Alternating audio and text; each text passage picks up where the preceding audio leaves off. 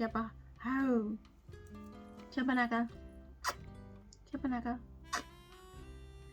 Siapa itu? Sana turun.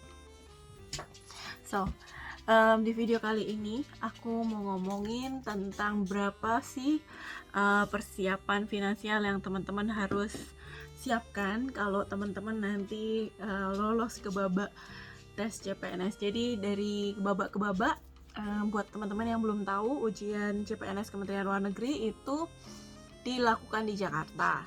Tetapi mengingat kondisi lagi pandemi, ada kemungkinan tidak harus ke Jakarta.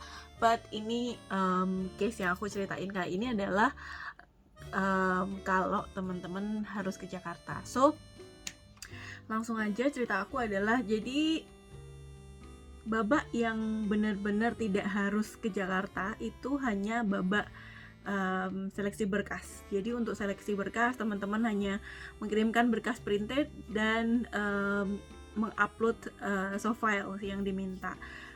Itu benar-benar bisa dilakukan di mana aja gitu. Cuman memang kalau saran aku, waktu aku upload itu sering banget websitenya crowded gitu kan, karena misalnya formasinya hanya ada 80 tapi yang daftar bisa 8.000 atau 18.000, sehingga di jam kerja atau di jam normal life activities lainnya, misalnya kayak dari jam 8 pagi, dari jam 7 pagi sampai jam 11 malam, jam 12 malam, itu pun kadang masih crowded webnya gitu. Nah yang aku lakukan adalah aku set my alarm, terus aku kayak begadang jam 3 pagi gitu mulai ngupload, dan itu di saat websitenya itu benar-benar lancar gitu loh. Jadi benar-benar file aku tuh bisa terupload dengan baik tanpa harus ngulang-ngulang gitu.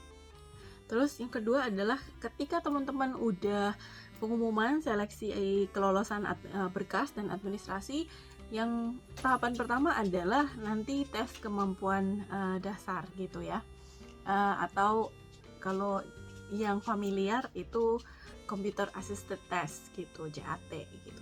Mungkin yang tahun 2021 namanya beda, but ini kalau nanti dilakukan secara offline, teman-teman harus ke Jakarta. Nah, berapa uang yang disiapkan tergantung dari jarak lokasi tempat teman-teman sekarang berada ke Jakarta. Waktu itu aku dari Jogja, yang aku sisihkan kurang lebih sebesar 250 sampai 500 ribu dikali 2 untuk tiket kereta. Waktu itu aku naik kereta seringnya, dan beberapa kali naik pesawat karena bedanya cuman kayak 100 ribu rupiah gitu kan. Cuman nanti enaknya naik kereta adalah Kemlu itu dekat Gambir, dan teman-teman bisa banget ngekos di sekitaran Kemlu. Nanti tesnya itu ada di Jakarta Expo Center gitu, which is nggak terlalu jauh juga dari Kemlu. Nah cuman kalau naik pesawat, teman-teman harus spend extra money buat Grab car dari Jakarta, dari Tangerang, dari airport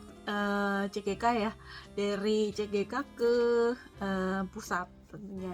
Jadi memang dari segi tiket pesawat bedanya cuma 100 ribu rupiah, 200 ribu rupiah, tapi teman-teman harus spare extra money buat Grab car atau taksi ke Jakarta, which is sekitar 150 sampai 250 ribu rupiah tergantung tujuan teman-teman. Kalau dulu aku beberapa kali naik pesawat, beberapa kali naik kereta, dan if I have extra money and I want to have time to relax more, karena kalau naik pesawat kan kayak cuman 1 jam gitu ya, tapi kalau naik kereta kayak 12 jam, itu aku naik pesawat gitu. Terus teman-teman juga harus siapin uang untuk tempat tinggal, which is bisa kos atau ikut saudara atau teman yang sudah ada di Jakarta. Waktu itu aku sempet tinggal di kos-kosan harian, sempet juga tinggal di rumah like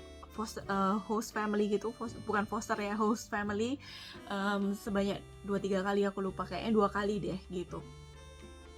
Itu sangat membantu banget untuk pengeluaran aku, karena tempat tinggal di Jakarta nggak murah, dan teman-teman bisa mengakali situasi tersebut dengan nebeng teman atau Airbnb yang murah gitu. Cuman teman-teman juga harus tahu bahwa tidak semua lokasi di Jakarta itu memiliki keamanan yang tinggi. Jadi teman-teman juga harus milih-milih juga kira-kira lokasinya di mana. Kalau bisa sama teman yang teman-teman bisa trusted, bisa yang sudah trusted dan teman-teman bisa percaya, itu akan lebih baik menurut aku. Nah, dari semua pengeluaran itu jangan lupa teman-teman sisihkan juga uang makan. Nah, menu makanan di Jakarta itu kalau teman-teman mau murah bisa banget pakai GoFood atau GrabFood atau delivery kayak gitu. Nah, waktu aku pertama kali ke Jakarta ikut tahapan pertama, aku nggak tahu harus makan di mana karena aku vegetarian kan, dan aku end up makan di mall dan itu mahal gitu loh untuk pengeluaran aku yang waktu itu masih bisa dibilang ya tabungannya belum banyak gitu ya. Jadi kalau makan di mall teman-teman sekali makan harus sisihkan 100.000, 150.000 rupiah. Tapi kalau teman-teman ada aplikasi GoFood, GrabFood, teman-teman di ini unsponsored ya, cuman alternatif aja. Teman-teman bisa spend kayak per meal itu sekitar 25.000, 35.000 udah dapat makanan yang oke banget gitu.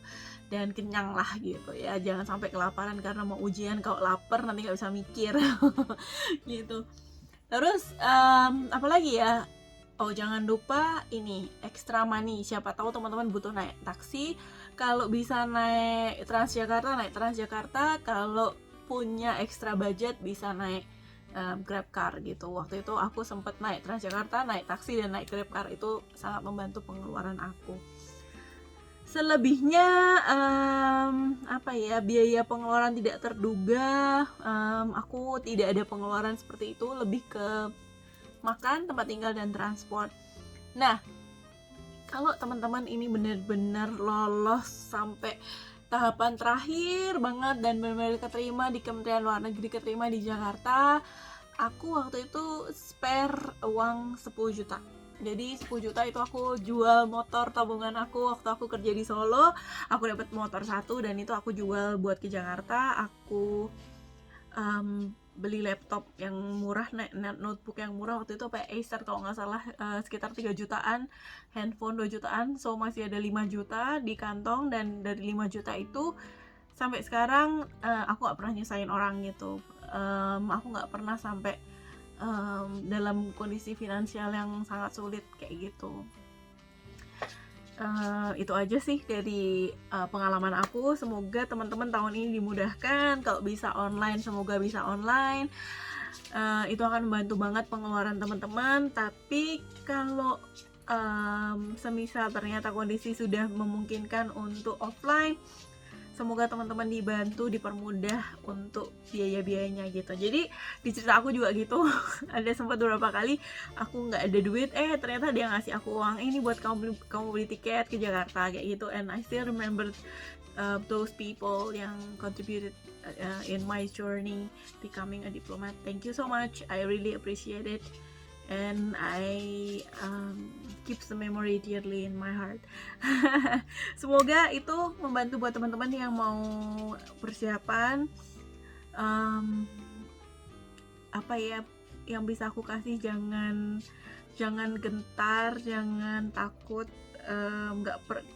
nggak perlu harus selalu dengerin omongan orang lain. Bahkan ketika aku sendiri pun mendaftar jadi diplomat, keluarga terdekat aku tuh yang meragukan gitu, apakah aku bisa keterima jadi seorang diplomat karena aku ada keturunan Tionghoa, mataku sipit, aku jelas putih gitu.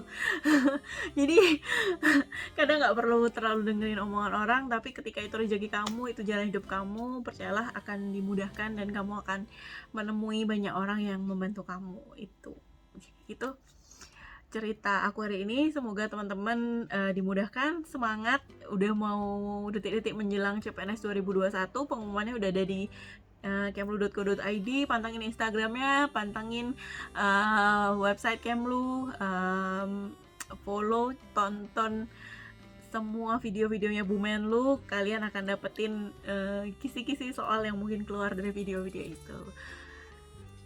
Semangat, bye-bye. Jangan lupa comment, share, and like.